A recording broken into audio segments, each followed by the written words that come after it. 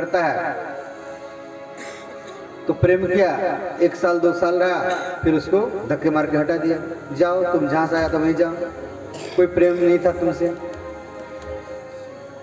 राम ही केवल प्रेम प्यारा, जान ले जो जान नहीं हारा। अगर भगवान राम के प्रेम को जानना है, भगवान की कथा, भगवान को जानना है, भगवान को जानना है तो भगवान राम से प्रेम करो। आप किसी से प्रेम करते हो क्या करते हो? उसके बारे में जानते हैं, कहाँ रहते हैं, क्या करते हैं, ये सब जानते हैं उसके बारे में।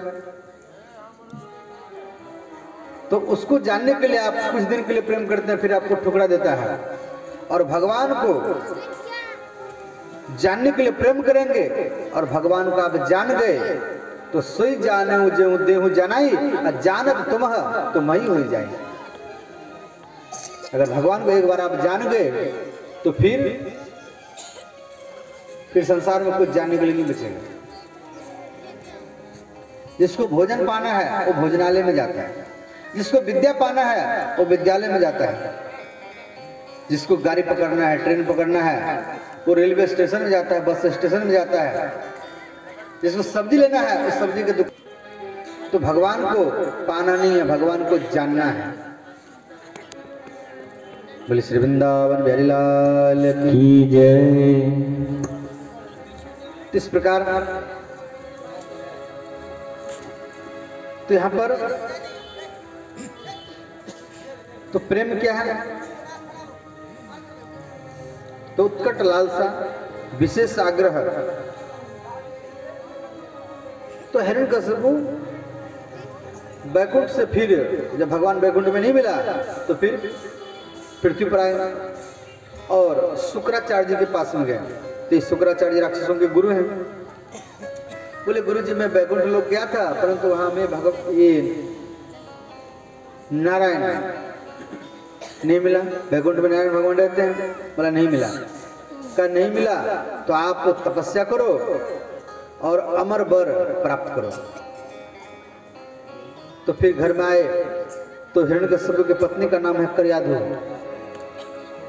तो करयाधु को बोले देवी मैं तपस्या करने के लिए जा रहा हूं, आपके घर में एक बालक है और वो बालक जब जन्म लेगा तो उस बालक का नाम आप प्रहलाद ही रखना। तो बोले ठीक है। तो हिरण्यकशिपु ये पूर्णिया जिला से तपस्या करने के लिए कहा गया तो मंदार पर्वत पर। और ये मंदार पर्वत कहाँ है? बिहार के बांका जिला में, बिहार में ही बांका जिला में है। और जो देवघर के रास्ता में मंदार पर्वत पड़ता है, जो गए होंगे तो देखे होंगे, जो नहीं गए हैं तो जाकर के देख लेना। अभी भी वो पहाड़ है और उसी पहाड़ पर एक शंख है, बहुत बड़ा शंख है, उसमें जल है। और उस शंख का देवी करयाधु को फिर नारद जी लाकर के आश्रम में रखे और उसको भागवत कथा सुनाए। फिर कुछ समय के बाद में करयाधु के गर्भ से श्री प्रहलाद जी का ही जन्म हुआ। बोले श्री प्रहलाद जी महाराज की जय।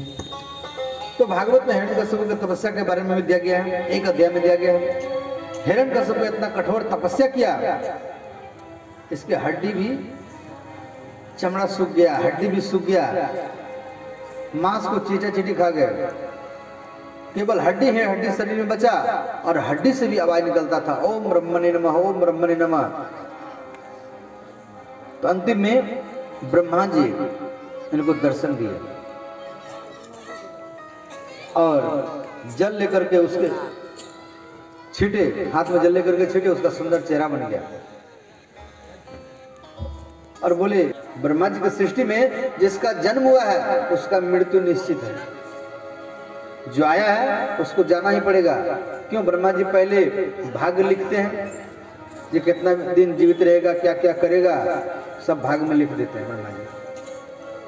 तो बोले मेरी सृष्टि में कोई अमर तो नहीं है। अंतिम में ब्रह्मा जी बोले ये वर हम आपको नहीं दे सकते, आप कोई दूसरा वर मांग लो। अंतिम वर मांगा, कहा मैं ना दिन में मरूंगा, ना मैं रात में मरूंगा, ना घर के अंदर मरूंगा, ना घर के बाहर में मरूंगा, ना अस्त्र में मरूंगा, ना शस्त्र में मरूंगा, ना मनुष्य के द्वारा, ना देवताओं के द्वारा, मैं किसी महीना में भी नहीं मरूंगा। अंतिम में ब्रह्मा जी बोले तथास्तु, ऐसा ही होगा।